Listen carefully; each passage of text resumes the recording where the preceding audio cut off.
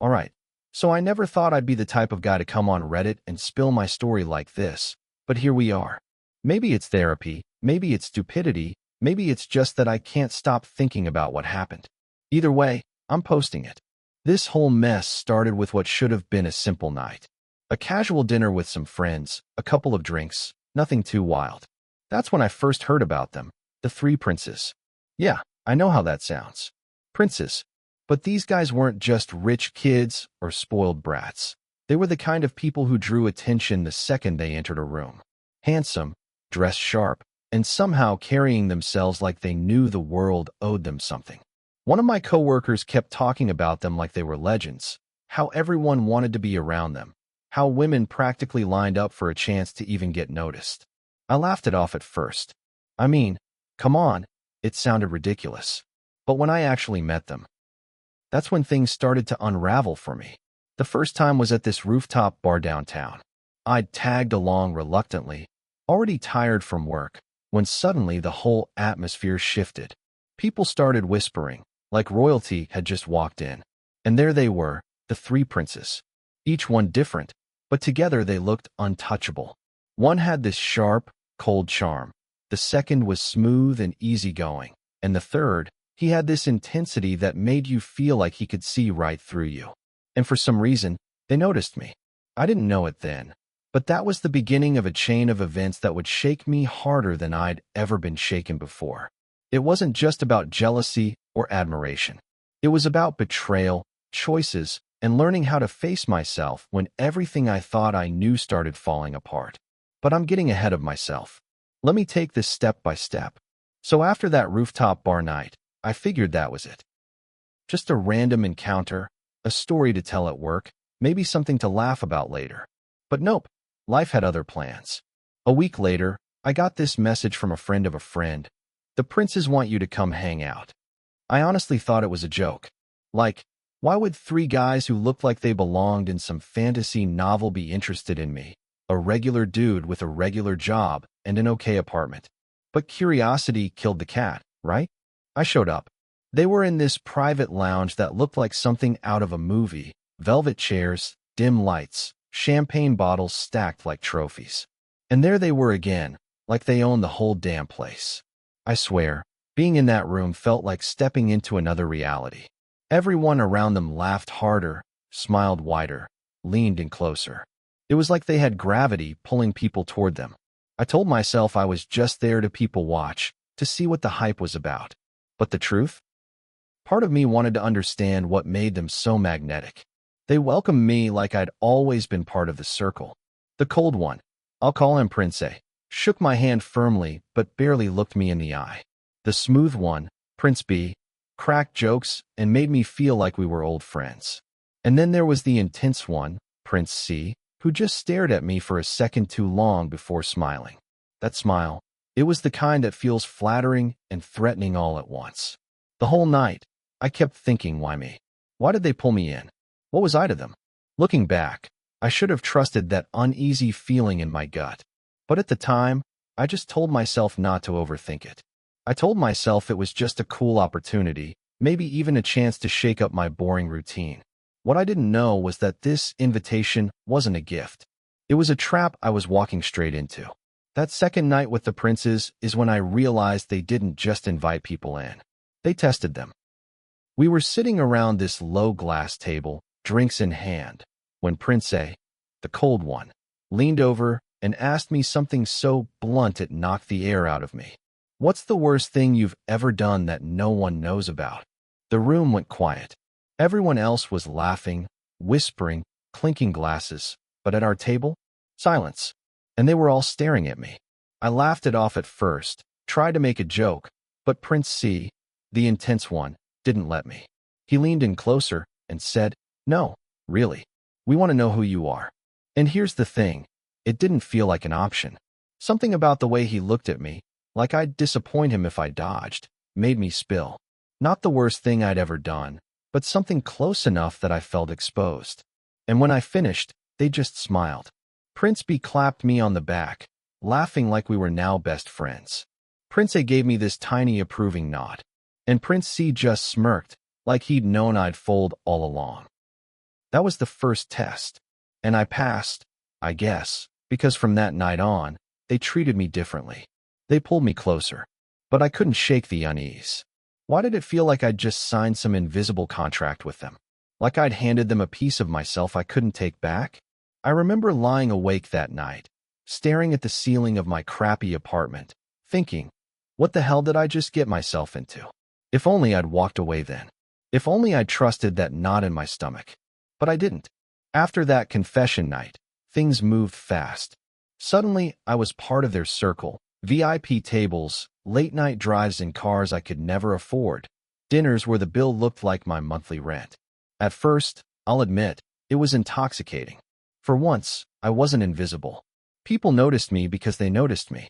But here's where the cracks started showing.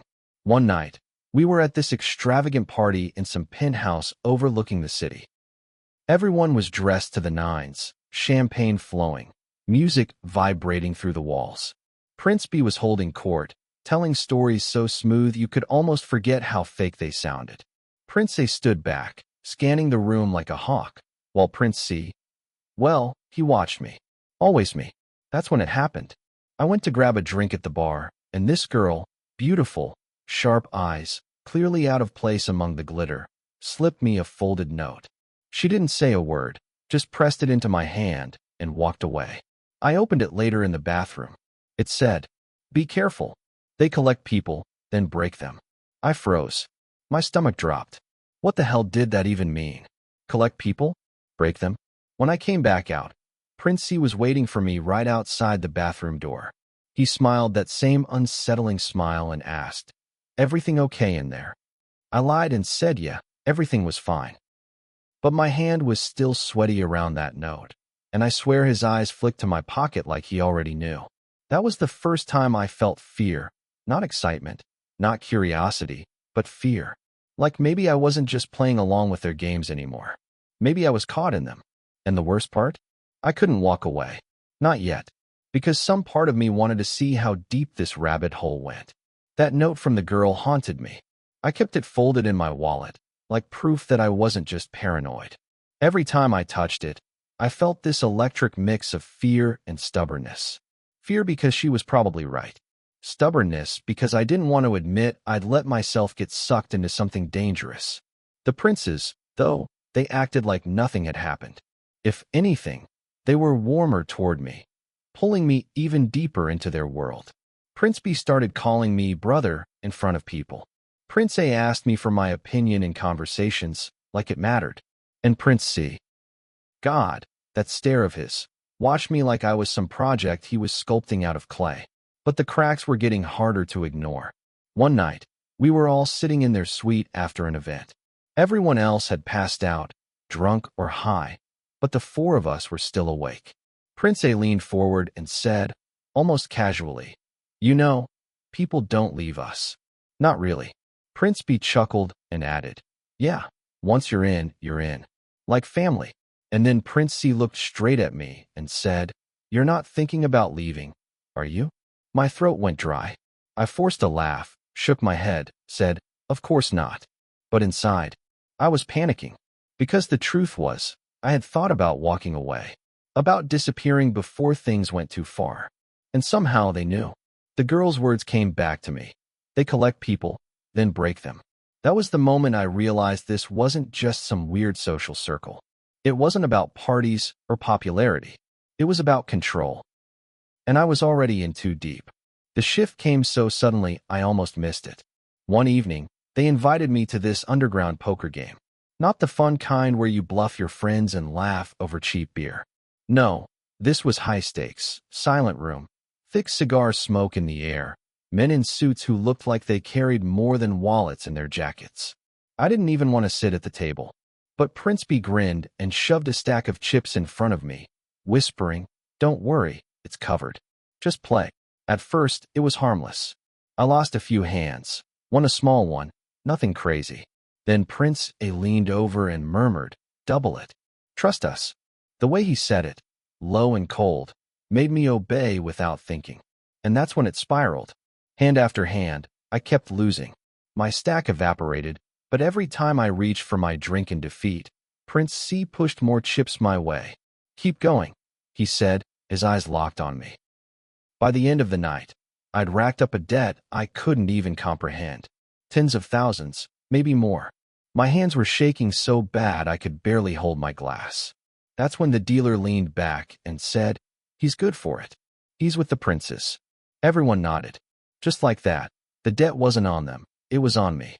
I remember stumbling out into the night air, the city lights blurring, my chest tight with panic. Prince B laughed like it was all a joke, draping an arm around my shoulders. "Relax, brother, we'll figure it out. You're one of us now." And I swear, the way Prince C looked at me, satisfied, almost proud, it hit me. This was deliberate. They hadn't invited me to win. They'd invited me to owe. That was their first betrayal. They didn't need to break me with fists or threats. They'd broken me with trust. And I still didn't walk away. The morning after that poker game, I woke up drenched in sweat. My phone had 3 missed calls from an unknown number and a single text that just said, "We'll be in touch about your balance." Balance. Like it was a utility bill. Except this balance could bury me alive. I tried to talk to the princes about it, but the responses were chilling. Prince B, the smooth one, brushed it off with a laugh. "Man, you worry too much. It's all part of the fun. Just ride the wave." Prince A barely glanced at me, muttering, "A man pays what he owes. You'll figure it out." And Prince C? He just smirked, tilting his head like he was watching a lab rat trying to escape a maze. "Pressure makes diamonds," he said quietly, almost like he was reassuring me. But I knew it wasn't reassurance. It was a promise. I went home that night and sat at my kitchen table with a stack of unopened bills, staring at my pathetic checking account. There was no way out. No savings to drain, no assets to sell. My job barely covered rent. For the first time in years, I felt utterly powerless. And then came the calls. Every night, different numbers. Calm voices at first, reminding me of the amount. Then firmer. Then sharper. One even said, "We know where you live." I wanted to scream at the princes, demand they take responsibility, but deep down I already knew. This was the point. This was how they collected people. By making sure you were too tangled up in their world to ever leave. And the betrayal burned like acid. Because I'd thought, stupidly, that they saw me as a friend. But to them, I was just another piece on the board. Another toy. That night, lying awake, I kept hearing the girl's warning in my head. They collect people, then break them. I finally understood what she meant. And the worst part? I still had no idea how far they were willing to go. The pressure didn't just build. It started eating me alive. Every day at work, I was useless. Couldn't focus, couldn't string 2 thoughts together. My boss called me into his office and asked if I was using something. I laughed it off, but inside, I knew I was crumbling. I wasn't sleeping, wasn't eating. My hands shook even when I wasn't holding a phone waiting for the next call. And the princes? They thrived on my unraveling. One night, they dragged me to another party. Everyone was laughing, dancing, dripping in expensive clothes. Meanwhile, I was in the corner, stomach in knots, waiting for my phone to buzz again. Prince B tossed me a drink and said, "Loosen up, man. You're bringing the mood down." That's when I snapped a little. I told him, straight up, "You got me into this mess. You said it was covered. Now I'm drowning, and you don't even care." The music was loud, but I swear the air went still between us. His smile faltered for half a second before snapping back into place. He leaned close, whispered in my ear, "Don't confuse generosity with weakness. We brought you in. You play by our rules now." And just like that, I realized something brutal. They wanted me broken. My panic, my desperation, that was entertainment for them. Proof of their power. Later that night, Prince C found me alone on the balcony. He lit a cigarette, took a long drag, and handed it to me. Then he said, calm as ever, "You're learning. That's good. But don't resist it. Resistance is what makes it hurt." I didn't even smoke, but I took it. My hand shook so badly I almost dropped it. And in that moment, staring out at the city, I understood something terrifying. I wasn't afraid of the debt collectors anymore. I was afraid of them. The princes weren't my friends. They were my cage. The hammer didn't drop all at once. It twisted like a knife. I found out the betrayal one ordinary Tuesday. I was at work, half dead from another night of no sleep, when I got a call from the same unknown number that had been stalking me. Only this time, the voice on the other end wasn't calm or threatening. It was amused. "You should thank your friends," the man said. "They vouched for you. Said you'd pay every cent, signed your name on the line." I froze. Sign my name. That night, I confronted them. We were at their usual lounge, and I slammed my phone on the table, shaking, demanding answers. Prince had just raised an eyebrow, sipping his drink like I was a child throwing a tantrum. Prince B laughed, said, "What's the big deal? We gave you credibility. No one would have trusted you otherwise." And Prince C, he leaned forward, eyes glinting, and said, "You owe us everything. We own that debt, which means we own you." I can't even describe the cocktail of emotions that hit me. Rage, betrayal, humiliation. These weren't just manipulations anymore. This was entrapment. They'd put me on the hook deliberately, then tightened the noose. I shouted at them, told them they were psychopaths, parasites. For a second, I thought Prince A might actually get up and punch me. His jaw clenched, his hand tightened around his glass. But instead, he just said, cold as ice, "Careful. People who walk away from us don't walk far." That line, that threat, it sucked the fight out of me. I stumbled home that night with tears in my eyes. Angry tears, not weak ones. But underneath the anger was this hollow pit of sadness. Because I'd let them do this. I'd let myself get seduced by their world, their approval, their spotlight. And now, I was paying the price. I spent the next few days in a daze, walking around like a ghost in my own life, replaying that conversation over and over. "They own you." The words burned in my mind. I felt trapped, but for the first time, a tiny spark of anger flickered alongside the fear. I started thinking, if they could manipulate me, if they could pull me into their little games, maybe I could turn the tables. Not with brute force. God knows I wasn't strong enough. But with strategy, observation, patience. It started small. I stopped answering some of their late-night calls. I kept my distance at parties. I watched.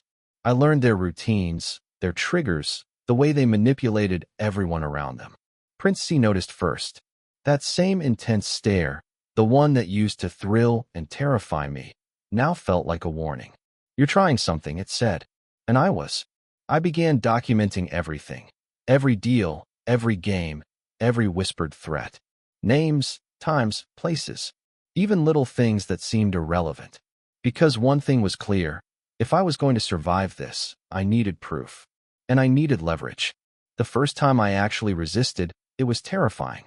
Prince B asked me to cover for him at a favor he owed someone. I hesitated. My heart was pounding. And when I finally said, "No," the room went still. You could hear a pin drop. Prince A's eyes narrowed. Prince B laughed, but it didn't reach his eyes. And Prince C, that smirk, the one that used to make me feel exposed, twitched. For the first time, I saw a crack in them. It was small, but it was enough to give me hope. Because maybe, just maybe, I didn't have to be their pawn forever. From that point on, I started pushing back more boldly. Every interaction became a careful chess move. I wasn't reckless. I had learned my lesson, but I began subtly undermining their control. Not openly, not yet, but enough to plant seeds of doubt. Prince B called me one night, grinning, asking me to handle a favor for him. I paused, measured my words, and said, "I think you'll need to find someone else this time."